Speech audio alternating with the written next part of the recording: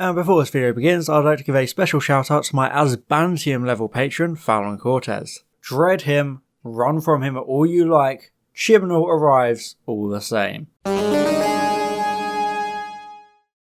Snakes on a Plane. Chances are you've heard of this infamous Samuel Jackson action film known for its ridiculous name. Even though the movie itself was a failure, its legacy remains to this day. Indeed, Doctor Who showrunner Stephen Moffat was inspired by this title, so he came up with the Doctor Who title, Dinosaurs on a Spaceship. He didn't have a plot in mind, so he decided to turn to the best writer of the modern era, a writer known for his incredible, deep plots full of intricate character work and memorable scenes, Christopher Anthony Chibnall. Yes, Chibnall may have started his Doctor Who writing career of Series 3's 42, but his true reign of terror began probably in Series 7. Dinosaurs on a Spaceship sees the Doctor and his companions find dinosaurs on a spaceship. I know, it's crazy, never would have seen that one coming. This is an episode that tries to do a lot, but everyone just kind of forgets about it. It's a disappointment, and it basically sums up everything the Chibnall era would become hated for. So throw out some dinosaurs, get your bingo card ready, and make sure to never write a second draft, because it's time to review Dinosaurs on a Spaceship. Hey, put that away, I need you sober. One of the most important parts of Dinosaurs on a Spaceship is its character work regarding Amy and Rory's relationship. Moffat had always planned on having them evolve in 3 distinct stages, rather than staying the same like previous companions. In Series 5, Amy was the primary companion, mostly leaving her partner Rory at home like Rose and Mickey in Series 1, with the series exploring her attempts to escape her home life and her love triangle with Rory and the Doctor. Then in Series 6, Amy and Rory became the first ever married companions to travel in the TARDIS, with episodes pushing the couple to their limits and exploring their relationship, along with introducing their daughter Melody Pond. But by the end of Series 6, the couple had left the TARDIS, with Moffat's third stage being life after the Doctor. Dinosaurs on a Spaceship explores this aspect. There's a great moment between Amy and the Doctor acknowledging her life without him. She's struggling to hold jobs down because she's constantly waiting for the TARDIS to arrive. It's not an easy lifestyle to simply give up and move on from, because of all the excitement and danger. We saw it with characters like Rose and Donna, who were so adamant about staying that it cost them almost everything. The Doctor doesn't want the same fate to befall his in-laws, so he almost forces them to leave for their own good in the God Complex. What's he doing? He's saving us. However, the Doctor is still in their lives, dropping in for the occasional adventure, but now he's taken longer and longer to show up, with 10 whole months having passed since they last saw him. It's understandable that Amy would see this as him trying to wean them off and help them move on, especially because she spent this episode wondering if Nefertiti and Riddell are her and Rory's replacements. Part of it is jealousy, but it also dates back to the 11th hour. As we all know, at the beginning of that episode, the Doctor promised he'd only be 5 minutes, leaving young Amelia Pond waiting for him to come back and show her the stars, only for him to come back a whole 12 years later. It's understandable that this would leave a deep and lasting effect on Amy, traumatizing her and giving her major trust issues. Indeed, episodes like The Girl Who Waited and The God Complex showed how traumatic that experience was, and why she will always be terrified of the Doctor leaving her behind again. So I appreciate the continuity in this moment, how she's always wondering whether she will even see the Doctor again. Neither of them know when the last time will be. It could always end up like the Doctor returns too late, something we saw with Renette back in Series 2. So this scene between Amy and the Doctor is a really strong character moment, fleshing out the realities of her life after the Doctor and the fear of never seeing him again. It's just a shame it's wasted on such a bad episode. Since Dinosaurs on a Spaceship is one of the last episodes featuring Amy and Rory, Chibnall asked for Moffat's blessing to introduce and develop the character of Rory's father, Brian Williams. Neither of the companions' families had been explored much, with Amy's parents only featuring briefly at the end of the Big Bang, and Rory's parents hadn't even got a name or even ever talked about, so Chibnall wanted to explore his side of the family while there was still time. How did you get aboard, hey? Transmat? Who sent you? Doctor. That's my dad. We first meet Brian trying to solve the mystery of a light not working, and this alone grounds the ponds in reality. It's such a mundane and normal element of everyday life, the kind of dad DIY we can all relate to. It's perfectly domestic, and that's why I love the way the Doctor just barges into their lives, essentially kidnapping Brian by accident. It's a good way to excuse bringing him along for an adventure, very similar to Jackie in Army of Ghosts, where the Doctor just forgot she was on board the TARDIS and had to deal with the consequences. Much like Mel's, I do find it weird that Brian wasn't at his own son's wedding. Obviously the character was created after the fact, but on a narrative level you'd think he wouldn't want to miss the biggest day in Rory's life, since it's not like the Doctor only showed up for a minute or two. He stuck around and apparently danced with everyone, so Brian definitely wasn't there. Which means I guess he just did a will and managed to get Spanish flu nearly a century after its eradication. Brian Williams is honestly brilliant and by far the highlight of this episode. Are you saying dinosaurs are flying a spaceship? He's such a cheerful and light-hearted presence that really brings an everyday person vibe to the episode, since you have this fish out of water scenario. He's such a wholesome guy and genuinely feels like he's actually Rory's dad, since they act in a very similar manner, with the same kind of clumsiness and they both make the same deadpan jokes. Mark Williams is an inspired choice to play Brian, with enough comedy and dramatic acting chops to really make the character shine and stand out, justifying his late introduction. The pair play off each other wonderfully and share a lot of fun moments, really propping the episode up. Did you just have that on you? Of course. What sort of a man doesn't carry a trowel? They also have some very sincere moments, like Rory helping to look after his dad after he gets injured by the robots. Whilst Brian is all about DIY and keeping trowels ready for any situation, Rory is a nurse and carries an emergency medical kit with him at all times. It's a nice way to show the duality of these two characters, how Rory still takes after his dad in certain ways without being a carbon copy. You get to see my awesome nursing skills in action for once. However, beyond Amy, Rory and newcomer Brian, Chibnall wanted to see the Doctor travelling with a gang of protagonists. Huh, sounds familiar. Bloated casts? That's on my Chibnall bingo card. The first of these characters is the famous Egyptian queen Nefertiti, who starts the episode fresh off an adventure with the Doctor and desperately thirsts after him in a way that would make even Stephen Moffat blush. It's probably the only horny moment in any Chibnall episode ever, which probably only happened because of how hypersexualized everything in the Moffat era is. The other character the Doctor recruits for his team is John Riddell, a fictional big game hunter whose friendship with the Doctor makes no sense. Hunting for sport goes against everything the Doctor stands for, killing peaceful animals for no reason other than personal enjoyment. You'd expect the heroic, morally superior Doctor to absolutely despise Riddell for this, but instead they're best mates and he's willing to overlook the whole animal murder thing like it's just a quirky hobby like collecting Funko Pops. Actually, that might be even worse. But now that I think about it, the Doctor having very questionable morals contradicting the very nature of the character? Very Chibnall. Tick it off the bingo card.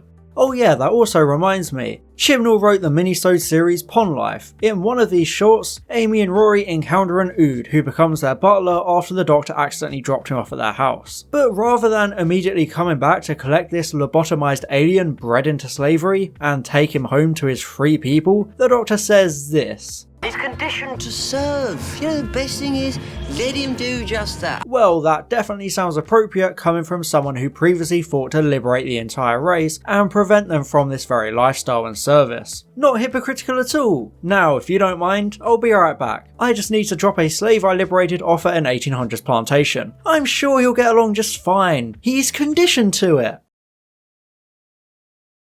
The reason the Doctor has assembled this team is because the futuristic Indian Space Agency has spotted a big Canada-sized spaceship hurtling towards Earth without communication. So they're going to blow it up because humans have to stick to their brand. Gee, I wonder if there's going to be some sort of countdown to destruction running throughout this episode. How long till the ship gets that close? 6 hours, 19 minutes. Right. Well, you know what to do.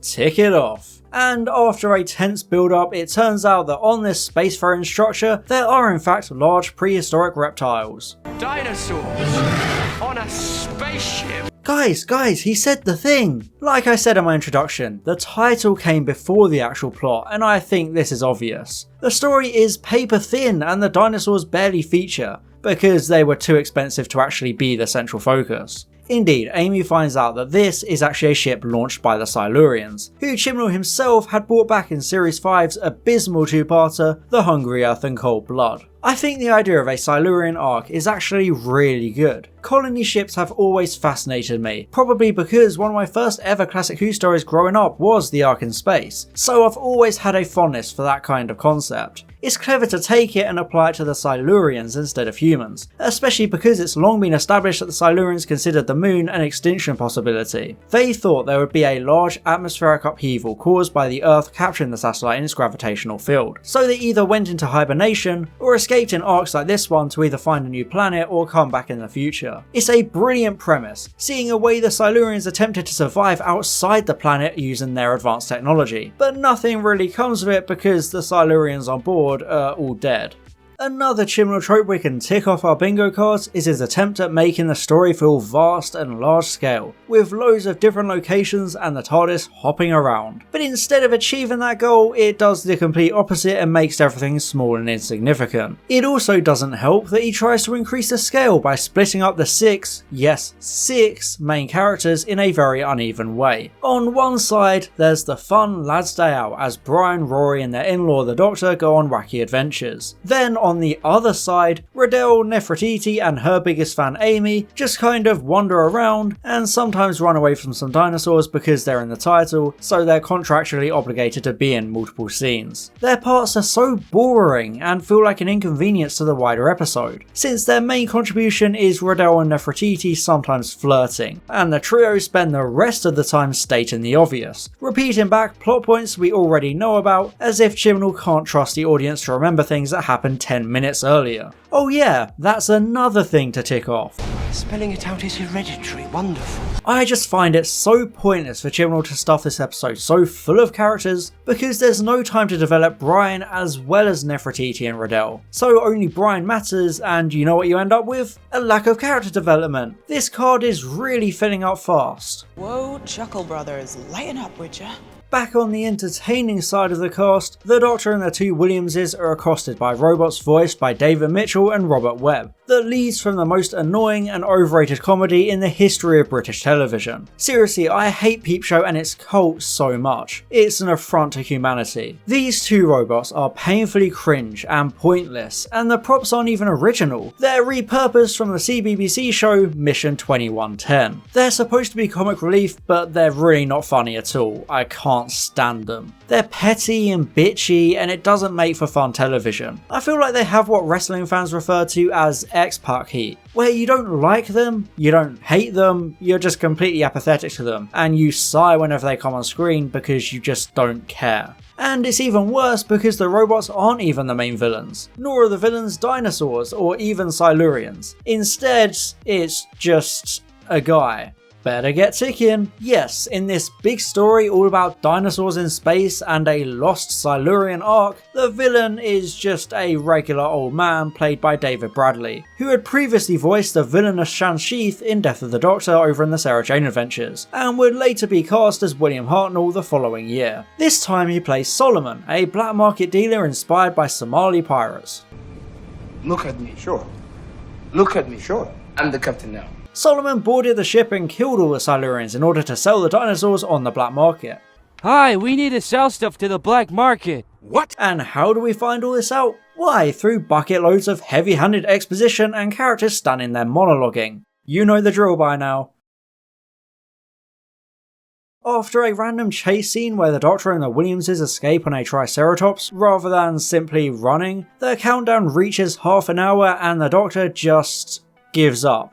Yeah, he decides that without a plan, there's nothing he can do, and he even starts snapping at Rory and Brian for just trying to help and come up with ideas. It's not the 11th Doctor being manipulative or nuanced, it's just bad and uncharacteristic writing. The hopeful lead character just completely given up even though there are still options to escape and rescue at least one or two dinosaurs. But no, he just decides that all is lost in the face of the slightest bit of adversity. And to make things worse, both in terms of stakes and writing quality, Solomon Solomon decides that he'll take Nefertiti instead, who is apparently more valuable? I don't understand how one random historical figure is more valuable on the black market than multiple members of a long extinct species living multiple millennia before the human race. Studying them would provide incredible insight and lead to countless scientific breakthroughs, so why would she ever be deemed more economically valuable?